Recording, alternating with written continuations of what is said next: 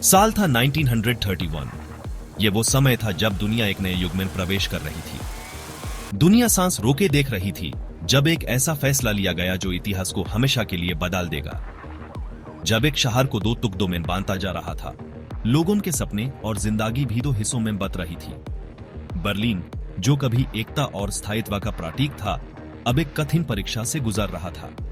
अब एक कठिन कंक्रीट की दीवार से बट गया था जो न सिर्फ शहर को बल्कि लोगों के दिलों को भी अलग कर रही थी। ये थी बर्लिन वॉल, जो दुनिया को जगते हुए आइडियोलॉजिकल बंटवारे यानी कोल्ड वॉर का एक रूप थी। यह दीवार सिर्फ कंक्रीट की नहीं थी बल्कि विचारधाराओं की भी थी। सोवियत यूनियन, जो ईस्ट जर्मनी से बेहतर जिंदगी के लिए वेस्ट में भाग रहे शरणार्थियों के रहले को रोकना चाहती थी, उसने ये भावी दीवार बनवाई थी। यह दीवार उन लोगों के लिए एक रुकावट थी जो अपनी जिंदगी को सुधारना चाहते थे। परिवार और दोस्त अलग हो गए और उनकी जिंदगी इस कंक्रीट के पर्दा ने दो हिस्सों में बांट दी। यह दीवार सिर्फ एक भौगोलिक सीमा नहीं थी बल्कि एक मानसिक सीमा भी थी। उनकी जिंदगी इस कंक्रीट के पर्दा ने दो हिस्सों में बांट दी।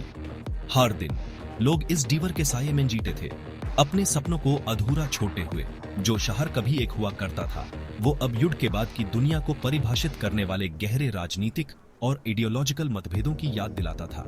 ये दीवार एक याद थी, एक सबक थी और एक प्रतीक थी उस विभाजन का जो दुनिया ने झेला। वो अब युद्ध के बाद की दुनिया को परिभाषित करने वाले गहरे राजनीतिक और आइडियोलॉजिकल मतभेदों की याद दिलाता था। यह दीवार सिर्फ एक भूतकाल की कहानी नहीं थी बल्कि एक चेतावनी थी भविष्य के लिए। बर्लिन वॉल सिर्फ एक दीवार नहीं थी, यह दबाव और बंटवारे का एक शक्तिशाली प्रतीक थी। करीब 3 दशकों तक ये कोल्ड वॉर की याद दिलाता रहा, जो यूनाइटेड स्टेट्स और उसके सहयोगियों और सोवियत यूनियन और उसके सैटेलाइट स्टेट्स के बीच भौगोलिक तनाव का दौर था। दीवार दो विरोधी विचारों के बीच स्टार्क डिफरेंस को दर्शाती थी। पूर्व में साम्यवाद और पश्चिम में लोकतंत्र। आयरन कर्टन के पीछे जीवन, जैसा कि इसे जाना जाता था, प्रतिबंधित स्वतंत्रता, सीमित अवसरों और निरंतर निगरानी में से एक था। दीवार उन लोगों को स्वतंत्रता और अवसर की कमी की निरंतर याद दिलाती थी जो कम्युनिस्ट शासन के अधीन रहते थे। बर्लिन वॉल की भावी उपस्थिति के बावजूद स्वतंत्रता और पुनर्मिलन की इच्छा कभी कम नहीं हुई। 1980 के दौर में ईस्टर्न ब्लॉक के अभेदिया लगने वाले चेहरे पर दरारें दिखाई देने लगी। विरोध प्रदर्शन और प्रदर्शन अधिक बार होने लगे।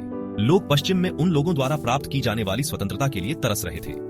1979 में ईस्टर्न यूरोप में शांतिपूर्ण क्रांतियों की एक श्रृंखला फैल गई।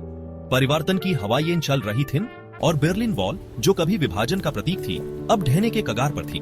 दुनिया उम्मीद से देख रही थी, दशकों पुराने विभाजन के शांतिपूर्ण अंत की उम्मीद कर रही थी। क्षण जिसने दुनिया को बदल दिया। सेक्शन 5, एक नया यूरोप, आजादी की विरासत।